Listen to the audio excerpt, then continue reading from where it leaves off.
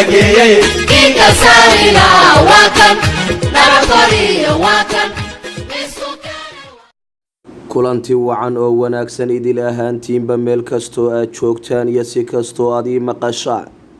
ku soo dhawaada barnaamijka xaqiiqda iyo xogta dahsoon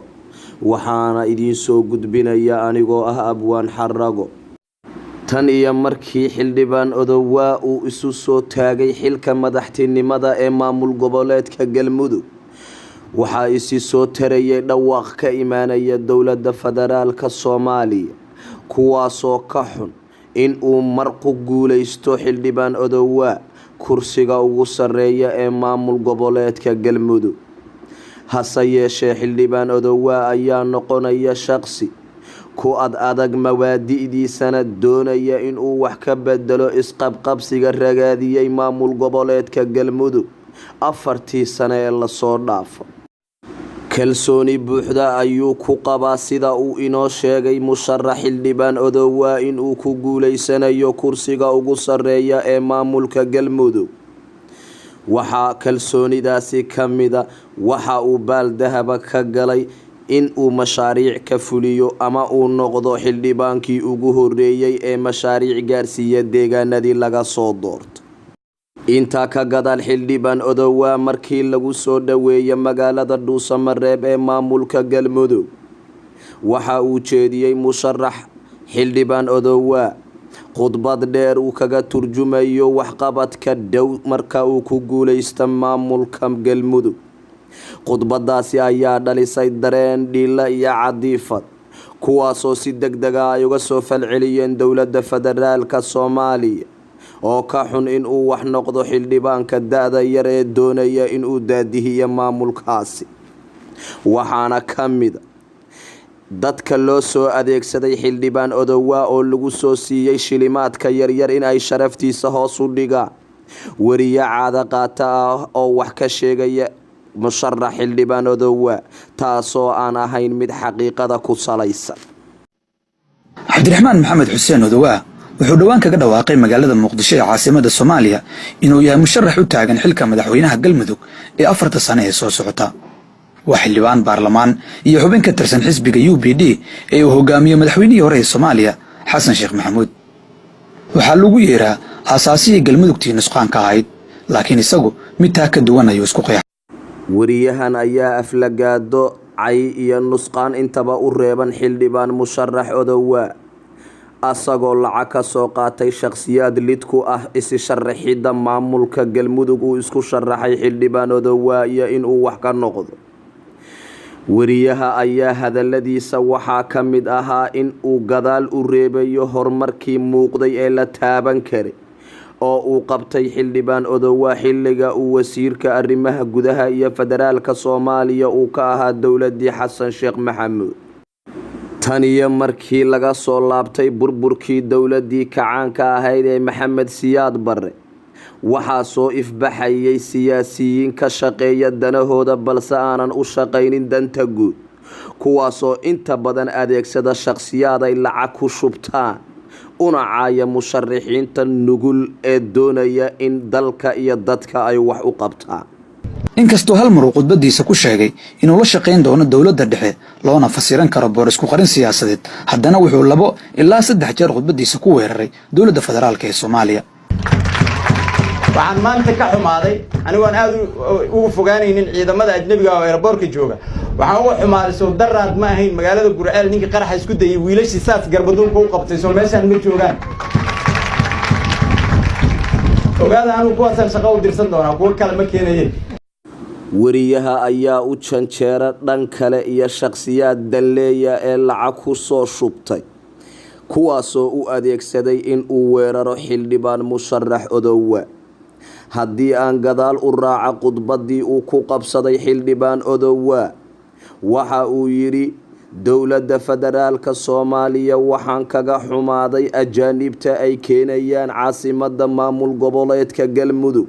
ayagoo jooga rag geesiyaala oo ka hortagi kara dhibaatooyinka ku soo socda maamulkaasi waxaana adeegsan doonaa isla geesiyaashaas hadalka uu musharaxa ka dhawaajiyay ma ahan hadal qadaf ah iyo hadal uu ku weerarayo dowladda federaalka Soomaaliya, balse waa hadal runta taabacsan kaasoo uu ku kaambeyn gareynayo Odowaa ayadoo la doonaya in ay kaga daydaan musharaxiinta soo socda in ay ku faanaan geesiyaasha maamul goboleedka Galmudug. balse wariyaha ayaa u fasiraya in uu hadalkaasi ku weerarayo dowladda federaalka Soomaaliya, taasoo ah mid xaqiiqda aad uga fog, loona fasiran karo in uu yahay wariyuhu mid caada qaata ee lacag lagu soo shubtay, doonaya in uu sharafta xildhibaanka uu meel kaga dhaco asagoon u aaba yeelayn xasaanada uu leeyahay xildhibaanka, marna uu yahay musharax u taagan maamul goboleedka Galmudug hoggaankiisa sare, asagoo ka goysaysta wariyahaasi shakhsiyaadka ugu sarsareeya ee dowladda federaalka Soomaaliya, uuna u maleeyo in aan waxba lagaga qaadi doonin hadallada qadafka uu kula kacahayo musharaxiinta ugu sarsareysa maamul goboleedka Galmudug sida Cabdiraxmaan Odowaa. xildhibaan musharax Odowaa ayaa xaq u leh in uu isu soo taago kursiga ugu sareeya ee maamul goboleedka Galmudug, xaqna uu leeyahay in uu hogaamiyo deegaankaasi iyo deegaanada ku xeeran oo isla wadaaga maamulka Galmudug. balse waxaa muuqata caburin ku aadan sidee isku soo sharixi kartaa annagoo wadana musharax u taagan qabashada maamulkaasi annaguna aan wadano, ayadoo laga duulayo in uu ku guuleysto xilka madaxtinimada maamul goboleedka Galmudug Cabdiraxmaan Odowaa. musharax xildhibaan Odowaa ayaan dowladda federaalka Soomaaliya ka sheegin been iyo barabagaando, balse ay jiraan ciidamada ajaanibta ah oo uu sheegay in lagu soo daabulaya maalmihii lasoo dhaafay magaalada Dhuusamareeb ee caasimadda maamulka Galmudug, kuwaasoo dowladdu ay ka doorbiday geesiyaashii Galmudug, ayna kaga kalsooni badan tahay in maanta ay ku sugan yihiin magaalada ciidamo ajaanib oo u shaqeeya ama ka amar qaata ciidamada AMISOM. waa inta lagu haysta xildhibaan Odowaa, waana xaqiiqda ka jirta magaalada Dhuusamareeb in ay dowladdu gabaad ka dhigatay ciidamo AMISOM ayagoo ku kalsoonaan waayay geesiyaashii reer Galmudug oo amnigooda ku keenay in aysan caratuur ka samayn wadooyinka waaweyn ee caasimadda maamulkaasi, balse ay la yimaadeen istaraatiijiyad muuqata ay ku badbaadiyaan nafta dadka deegaanka ku nool iyo tooda intaba. ayadoo la og yahay amni darrada ka jirta caasimadda ummadda Soomaaliyeed ee Muqdisho, haddana dadku waxay isweydiinayaan hindisaha ka dambaysa in ra'iisul wasaare Xasan Cali Kheyre u daabulo ciidamo laga keenay magaalada Muqdisho maamul goboleedka Galmudug, gaar ahaan caasimadda Dhuusamareeb oo la og yahay amnigeeda iyo noloshii ay ku jireen intaan la keenin ciidamadan. xildhibaan Odowaa muxuu ka yiri ciidamadan dowladda federaalka Soomaaliya ay u soo daabushay maamulka Galmudug, gaar ahaan caasimadda Dhuusamareeb,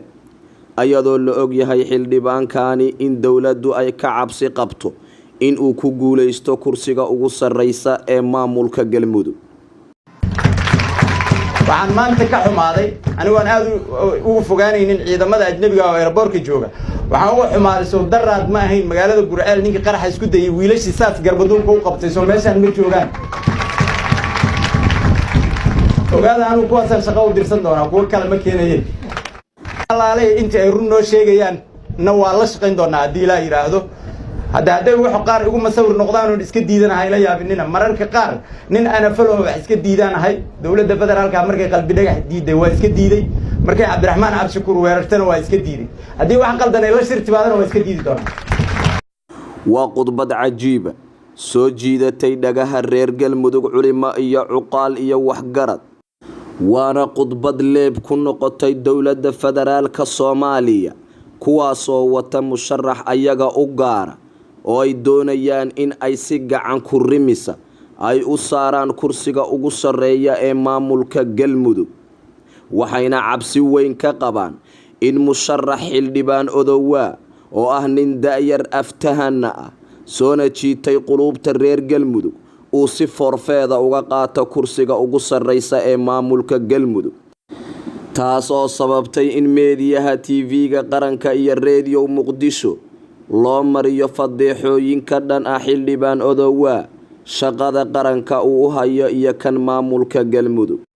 intaan barnaamij midkan la mida aan ku kulmi doono waa anigoo ah Abwaan Xarago wariye madax bannaan kana soo warrama dalka iyo daafaha caalamka. waxaana idinkaga tagayaa assalaamu calaykum waraxmatullaahi wabarakaatuh.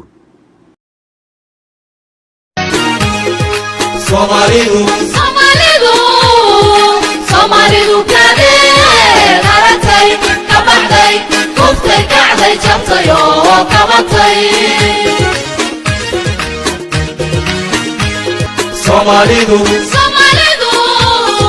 Soomaalidu kadeen aragtay ka baxday kuftay kacday jabtay oo kabatay habiil baa kala geeyay inka saarina waa kan nabad qoriyo waa kan